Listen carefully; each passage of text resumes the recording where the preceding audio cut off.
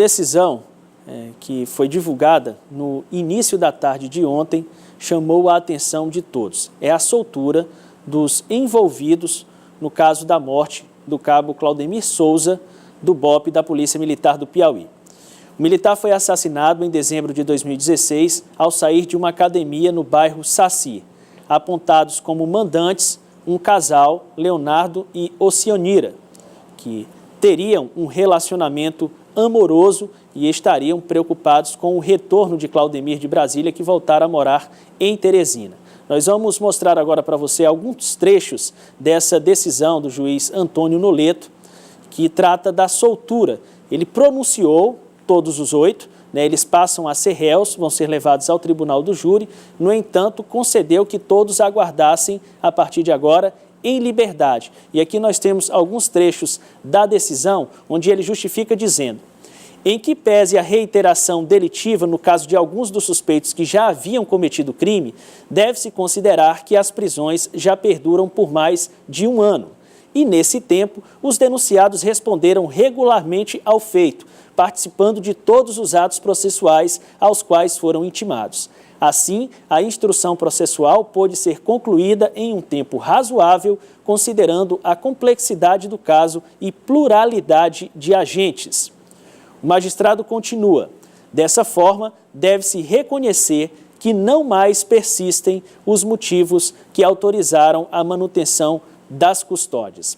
Em outro trecho da decisão, o magistrado coloca alguns condicionantes para essa liberdade, coloca algumas condições a serem seguidas pelos acusados. Wesley Marlon da Silva, que é o atirador, foi quem disparou, de acordo com a investigação, contra o cabo da Polícia Militar. José Roberto Leal da Silva, o Beto Jamaica, que seria o taxista que intermediou a contratação dos pistoleiros, Francisco Luan de Sena, Flávio Willame da Silva e Thaís Monaite Neres de Oliveira são postos em liberdade sob as seguintes condições, mediante a assinatura do respectivo termo de compromisso.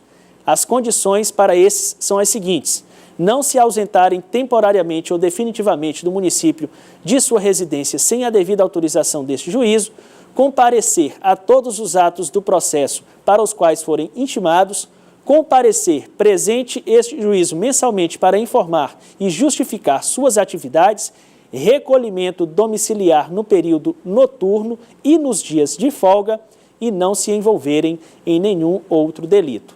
Isso, condições aplicadas a esses especificamente, não valem para todos os réus desse caso. Nós vamos até o Fórum Criminal de Teresina falar com a repórter Gorete Santos. Foi um caso que abalou novamente a família, que acreditava, Gorete, que esses suspeitos ficariam presos até o julgamento. Como é que está a família nesse momento? Bom dia para você.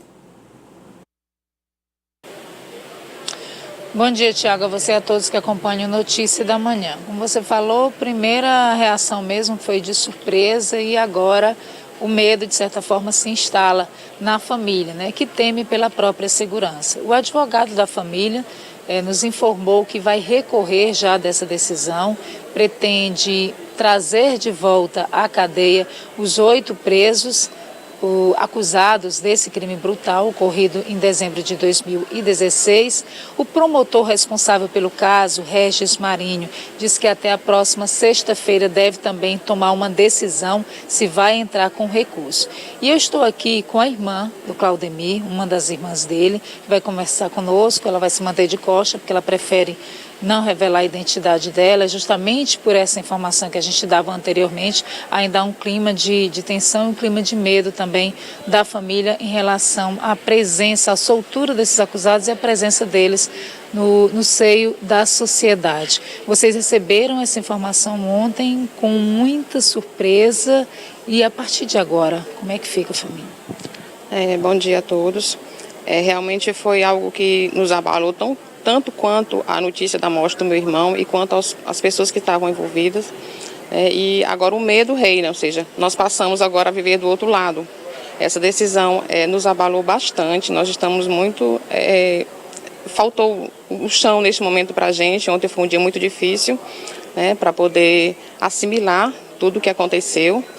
E até então era uma das coisas que nos fortalecia, que não nos fazia perder a fé e fazia nos seguir em diante, era o fato de todos eles estarem presos, né? De alguma maneira eles estavam cumprindo, estavam pagando pelo crime que fizeram. Agora, essa decisão de responder em liberdade, devido a algumas justificativas, né, não nos traz a convicção que realmente deveriam estar.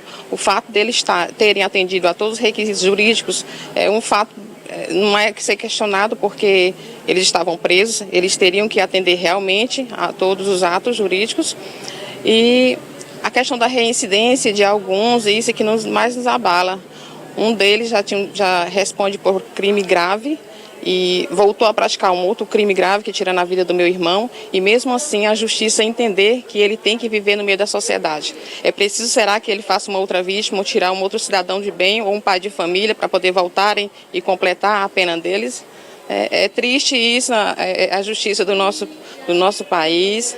A questão de um dos fatos que foram citados na sentença é a questão do prazo. Então eu peço aos legisladores que verifiquem essa questão do prazo, porque não é justo o prazo de um condenado, de um réu, ser o mesmo prazo de um processo de 10. Foi isso que dificultou, né, além da morosidade da nossa justiça, foi um dos itens que dificultou. Então peço aos legisladores que revisem esse tipo de crime, né, que o prazo ficou muito curto para serem sentenciadas 8 pessoas, né? Eu quero agradecer, então, a irmã do Claudemir pelas informações aqui, ela que faz um desabafo, Tiago, diante dessa decisão, né, dessa pronúncia que foi feita ontem pelo juiz Antônio Noleto aqui do